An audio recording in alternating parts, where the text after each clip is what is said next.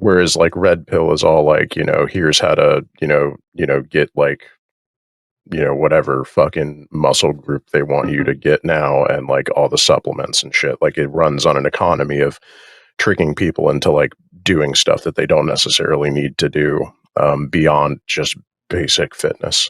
But Right.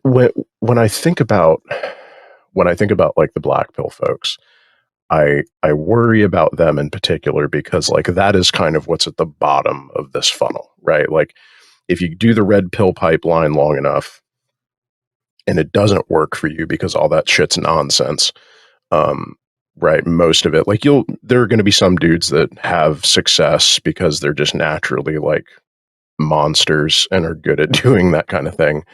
But for most people, that's just they're going to ping pong around that funnel until they eventually, either find themselves in a relationship that they can sustain, or they wind up at like this abyss of just there's nothing left. And that to me is like the most dangerous thing. And I wonder how do we reach those people? Can those people be reached? Or is it better to just try to prevent people from hitting that point? I'm not sure where I land on that. Yeah, I mean, it is the scariest point because like incel spree shooters have Yeah. all their manifestos have black pill shit in them. It's all, this is the way things are. This is immutable. My inability to procreate is genetic, which is very funny if you think about the implications of that. But like Yeah. yeah, it's scary, but I don't know. I don't know what the best way to go about it is. I think, like you said, building the scaffolding up, making it so that there's resources along the way to hopefully grab them out of it. Um, I I'm interested in revisiting the black pill. I have a couple like early scripts about revisiting it because maybe what's needed is someone to like just reach all the way down and make like a comprehensive like fail safe resource for literally to like potentially prevent mass shootings, to say like, all right, black pillars, this is a video dedicated for you and only you, and I want you to stick around with me because I'm going to try and be respectful. I know things are shitty, but maybe we can make it out of here, and maybe we can like, I mean, there's already content out there like that, like not specifically that, but I mean, I'm interested in doing that because it's like, yeah, if some wild shit's gonna go down, it's gonna be from that space of people that like feel like this, their backs are like fully against the wall, like there's no hope. Because when you have no hope, what's the point of living? What's the point of, especially when you're in an area that's fostering like horribly negative attitudes towards women, like the violence is just around the corner. That's like just the equation, you know, no hope for you for procreating plus it's women's fault equals violence against women. That's just that's just what is inevitable. And it's just a matter of how many people are feeling that way and how many are, willing to take it violent. And so, yeah, it's a really good question to think about, like what we should focus our resources on. But I think people doing what they do and doing what they do best is going to, and like being in conversation with other people about like masculinity and how we can approach this, like things like this, like just now talking about it and helping kind of map out where we need people doing what they do best. Like, I think that's really good. And so, yeah, there's no one easy answer, but I think that's a part of the fun of the challenge. I don't know, something like that. I want you to stay watching and listening till the end of this video. Now, the clip I just played is from a live stream that happened a year ago or 2 years ago concerning the same topic about incels being mass shooters. Last week on the 22nd, I think it was the 22nd or 20th of January of this year, you have a person who's a self-hating black kid who listened to a lot of Candace Owens and black pill and red pill, anti-black, anti-female rhetoric online. Goes by the name of Solomon Henderson, age 17 at Anacock High School in Nashville, Tennessee. And he had conflicted atrocities on a lady named a female student by name of Jocelyn Cariona Ediscane. I hope I pronounced that name right. See, I see people trying to separate themselves from the term Manosphere. No, I'm SYSBM. No, I'm MGTOW. No. We're going to address the topic, the definition of the term Manosphere. I don't care which website you go, which website studies, government studies, Manosphere is a primarily an online space of men, pickup artists, men's rights activists, incels, involuntary celibates, MGTOW, SYSBM, true force loneliness, dating coaches, and others who perpetrated misogyny and toxic iteration of masculinity. What happened to in Anacock, Anacock High School was something I have been saying for years now. I'm not here to protect or defend men of today. I'm not here to simp. I'm not here to simp and white knight and mangina for these women who these men are arguing for. But you know what? I'm not going to go there with that one. I'm going to stay tuned why I have a problem with the Manosphere and why I have a problem with these men's groups. But let me just tell you, because I was going to do the story, from the New York Post, and I'll put the link into the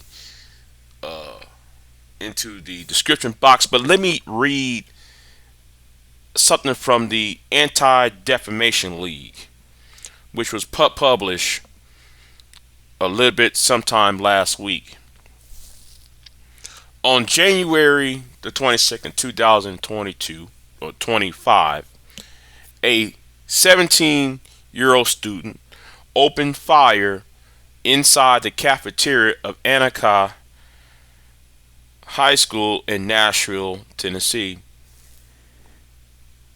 The shooter killed one student and injured another before taking his own life.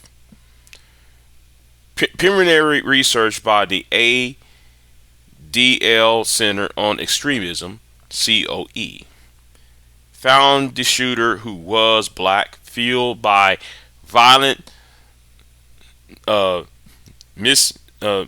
misanthropic, can't pronounce that word, views, anti-black hate, and hateful extremist beliefs, include inceldom and anti-Semitism. He subscribed to broad exagerationist beliefs that hold that society is broken and must be destroyed to be rebuilt. A lot of numerous past school shootings and mass killers, including the 15-year-old girl shot and killed. The girl who shot and killed two people during a school shooting at Abundant Life Christian School in Madison, Wisconsin, in the year of in December of 2024.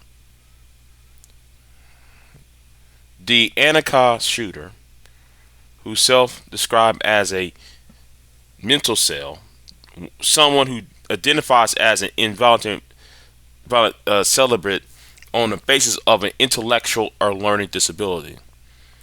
Posted and reshaped incel content in frequent incel forums where users of colors are often told they are incels because they are not white, leading to intensifying self-loathing and material racism. Does not sound like the SYSBM community. Let me continue. The fact that the Anacostia shooter appears to have been active in multiple obscure and extreme online spaces highlights a troubling trend. Young people are increasingly finding interconnected online networks that are shaping violence and extremism, fueling real world tragedies. The Anacostia shooter had a particular fixation on an Abundant Life Madison, Wisconsin shooter, referencing her in his Discord stream names and sharing multiple posts lauding her in recent weeks. He also showed interest in the Turkey Moss shooter, who created a private Telegram chat that the Abundant Life shooter had joined to discuss his attack. COE analysis found that the Abundant Life shooter was following two accounts believed to belong to the Anaka shooter on X, formerly Twitter, at the time of her attack, underscoring the growing influence of these cross-platform networks in fueling real-world violence. A sprawling manifesto believed to have been written by the Anacostia shooter is filled with expressions of anti-black racism and anti-Semitism, including calls for the death and or violence against Jews and Nazi phrase final solution to the Jewish question. The manifesto opens with the West has fallen, millions must die, accelerate, accelerate, accelerate. All phrases which are commonly found and used in white supremacist and segregationist spaces. The manifesto lists a string of soft targets, including Jews, Muslims, immigrants, and members of the LGBTQ community. Sections of the document were filled directly from various extreme sources, including many sources from the Christchurch mock shooters manifesto and from propaganda by the Telegram collective. A portion of the manifesto is plagiarized from a 800-page manifesto written by Matthew Harris, a former UCLA lecturer who was arrested in 2022 after publishing a manifesto threatening violence against 35 individuals. Much like the Henderson school shooter, this shooter frequents online spaces that traffic in violent, racist, white supremacist themes, masked as humor using 88, a white supremacist numeral code for Heil Hitler, and two of his public screen names, his alleged manifesto, along with other online accounts believed to belong to the shooter, citing Soul Jack Party, a far-right reactionary image board filled with crude, racist, and anti-Semitic humor as inspiration for his actions. Shortly after the attack was reported, the users of Soul Jack Party forum claimed the shooter had been groomed into committing his attack through interconnections with other users on the site.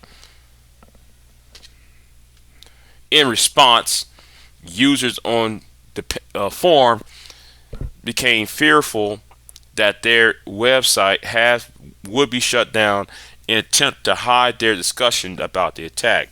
Just hours later, this site was moved to a different domain. Across various social media platforms, the shooter allotted a wide range of mass attackers, including school shooters and extremist killers. For example, the Pinterest account shared in his alleged manifesto include images of killers ranging from alleged United Healthcare CEO killer to the 2018 Parkland High School shooter to the 2013 Boston Marathon bombers. The bio for the account was quote taken from Christchurch Attacker's manifesto, and on TikTok he posted fan edits of Abundant Life shooter and the 2015 Mother Emanuel AME church shooter. There is also evidence that this shooter frequent online forums focusing on violence and gore, and though ironically denies it in his manifesto, he also appears to have been versed in the subculture of con or the community, a loose network of Telegram and Discord channels that targets youth and engages in range of criminal activities, including scam, sextortion, sim swapping, swallowing, and doxing. This broad network has been ideologically ties to the Order of Nine Angels, including Temple of Blood and 764, a global network of violent predators. On Blue Sky, the shooter username include a tongue-in-cheek reference to him being a victim of MK Ultra, a nod to Carolyn Anthony Cutter, a leading member of 764 who pleaded guilty to federal child pornography in 2023. The Annika shooter also shared memes including the phrases Libra of Love and a reference to a publication from the Temple OV Blood TOB, well as the meme about 764. In another post on Blue Sky, the shooter posted that he'd been groomed by Nitro and another individual. Nitro, quote unquote, was several users identified by COE as having been active in the Turkey Mosh attacker's Telegram chat, where he claimed to have created an X account that was used to spread Turkey's attacker's manifesto. This same individual also circulated a hoax version of the Abundant Light Shooter's manifesto on X.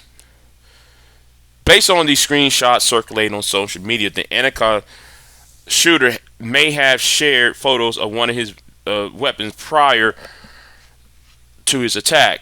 It's unclear if this weapon was used during the attack. The images show that he scrolled various phrases on his weapon, mimicking prior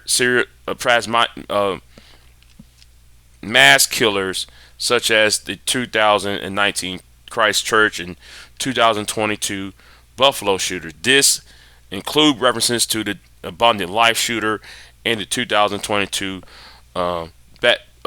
Bardashova, hope I announced that name right, shooter, as well as the TND and the TKD, shorthand for total N-word death and total K-word death, respectfully.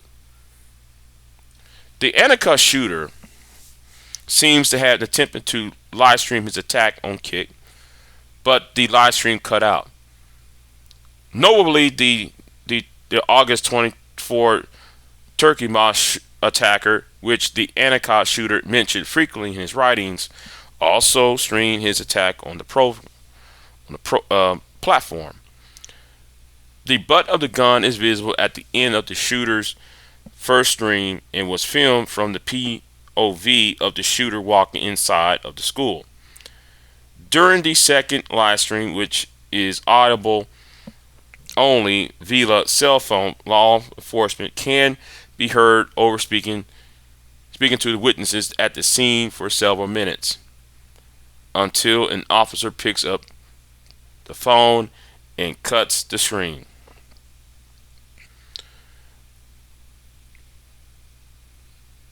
Now back to the point I was saying.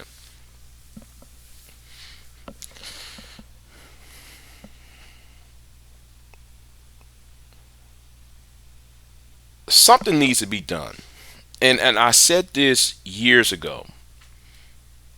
It's the future that needs to be defended.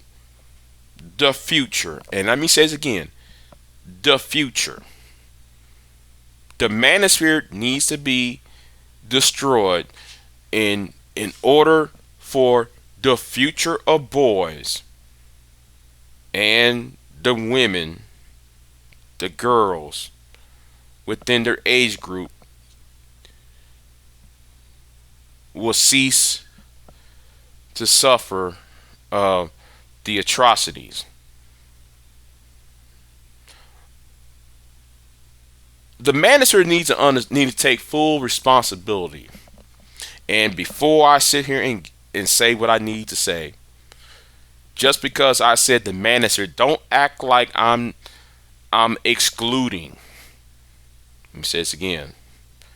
Just because I mentioned the Manosphere does not mean the sisterhood, the black women's empowerment, and their sins, and the swirlers' sins, the sins from the divester community, the sins from the big towel community, the sins from the radical the radical forms of these women groups distorting history, distorting the truth about the opposite sex. The future is what this is about, not your opinion. It's not about caping for women. It's not sitting there deriding for other men. This is about the future. And I hope one day, I hope this galvanized of movement about online groups, I hope there is a legislative hearing, a congressional hearing, and force social media companies like YouTube, Facebook, Instagram, TikTok, and what may have you to force them to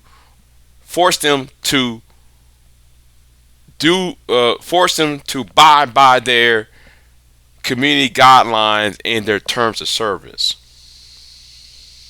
And on top of that, right? And on top of that, force these talking heads from the MGTOW, Manosphere, SYSBM, divestors, and all these other big time, big wig talking heads online, force them to appear in front of a committee. Even Candace Owens, since Candace Owens was mentioned in the manifesto, the likes of Candace Owens and Brandon Tatum, Anthony Brian Logan, and black conservatives, put them on a congressional hearing and ask them, are you a hate group? And force them to admit that they are a hate group by the rhetoric that they put out daily on their channels and on their panels and on their community posts. That's what needs to happen. But let me go ahead and say this too, though. I'm looking at this picture of this young girl, this young lady here. The more I look at this, I'm talking about the survivor whose holding her mouth, and as she walking away, seeing the anguish on her face, the horror. I hope that we created a society that would alleviate and take away their pain, that soothe away their their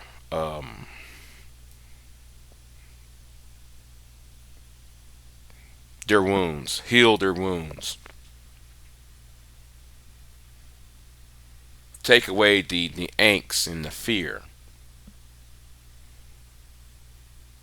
That's something what we need to be passionate about. And like I said, this is not about caping for women, simping for women. This is not about looking for sex from women. This is or on or curry favor with men. This is about the future, because we got 17-year-olds, 16-year-olds, 15-year-olds, adolescents watching our content and soaking in the toxicity that we put out on a daily basis on these live streams and on these videos and on these podcasts. It's time to make things right again. The Manosphere, the red pill, the pink pill are nothing more than hate groups. Big J out.